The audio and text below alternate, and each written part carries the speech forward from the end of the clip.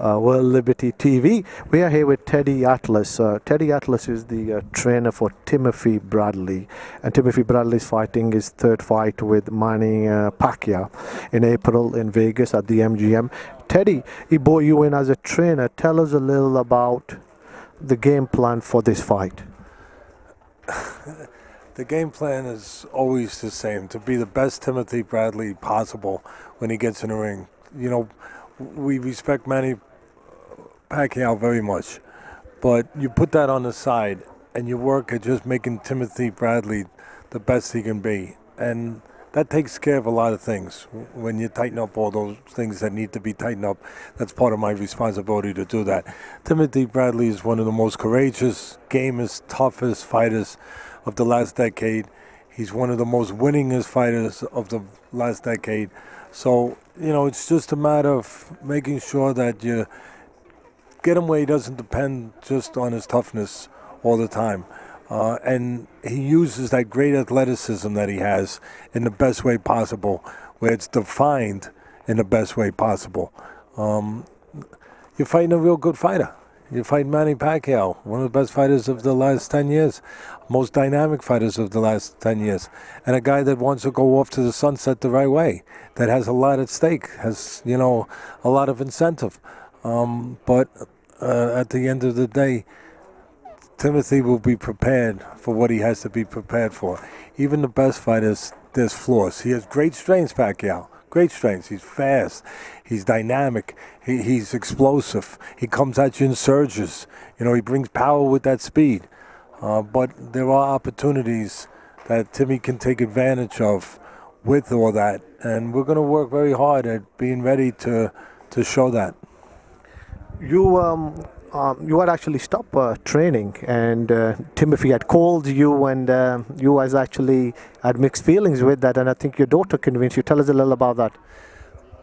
Yeah, I mean, I was out of this end of it, doing the broadcasting for ESPN for the last 20 years. Last fight I had trained was Alexander Povetkin, Russian fighter. We won the heavyweight championship of the world, actually, about 6 years ago. But I had walked away from this end of it, and Timothy had called me and asked me to train him, and I had just reservations. There was a reason I walked away. I didn't trust the sport anymore. And my daughter reminded me that as good a broadcaster as I may be, she's biased, so that's, you know, but that I was a teacher, and that it would be a shame not to teach anymore when the opportunity was still there to teach, that I should consider coming back and teaching. And what I did was I decided to spend a couple days with Timothy before he made a decision, and I found the only thing that could bring me back. I found a great human being. Rio's fight was wonderful. The way you had it organized, the way you had it set up, you had him motivated in the corner. He came out and did exactly what he did with that. Listen, Timothy did all the hard work. He's the one in the ring facing the punches.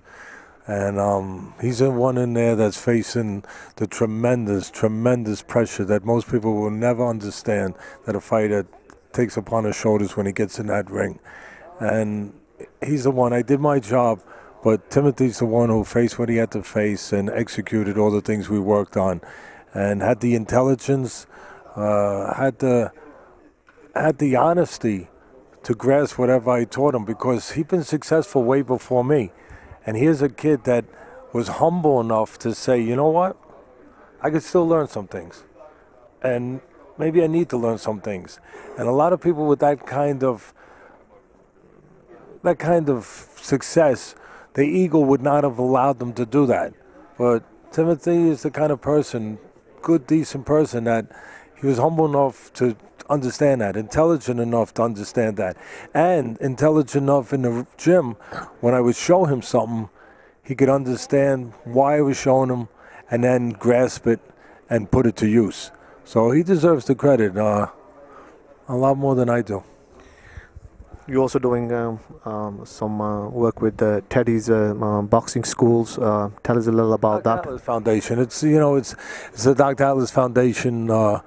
I've had it for 20 years. We help families that need help, you know, and whether they have a sick child with cancer and they're treatment program. They don't have the ability to pay for it, take care of it. The insurance doesn't cover. We take care of it. We pay it. They need to fly out of state to get the proper treatment. We fly them out of state. They need a handicap ramp. We put the handicap ramp up. If they need to pay for medication, we pay for the medicine. If there's a family that the utilities are going to be shut off in the middle of the winter because they're having problems, we keep the utilities on. So, we do that stuff. We also run social programs where we go into schools, what they call Charter 1 schools, probably about 20 of them in Staten Island, New York area. And these are families that are making $35,000 or less. They have difficulties. And we go into the schools and we tell the kids, if you improve your behavior, if you make a better commitment to who you are as a person, as a human being every day, and you work at that and you care about that, we try to give them a reason to care more about that. And if you care about that, we're going to drop off 200 tickets to a Yankee, to a Met, to a Knicks, to a Nets game. And it gives them incentive to improve themselves. And we run gyms. We run 3 gyms. We have about 600 kids. It's the Dr. Atlas Cops and Kids programs. And, we got 3 rules. You bring a report card to get in the gym. You pull your pants up at the door. We don't have any sagging. Respect yourself. Respect other people. And the 3rd rule is you go into the computer rooms. We put computer rooms in our gyms. We hired a certified teacher to be there 5 days a week. The kids have to go in there 1 day a week to get tutored, to see how they're doing in school. And it's worked well. It's gotten kids off the streets. We've gotten a lot of champions. But more importantly, it's making better people. That's why we do it. Here's a shout out to the World Liberty Boxing Championship.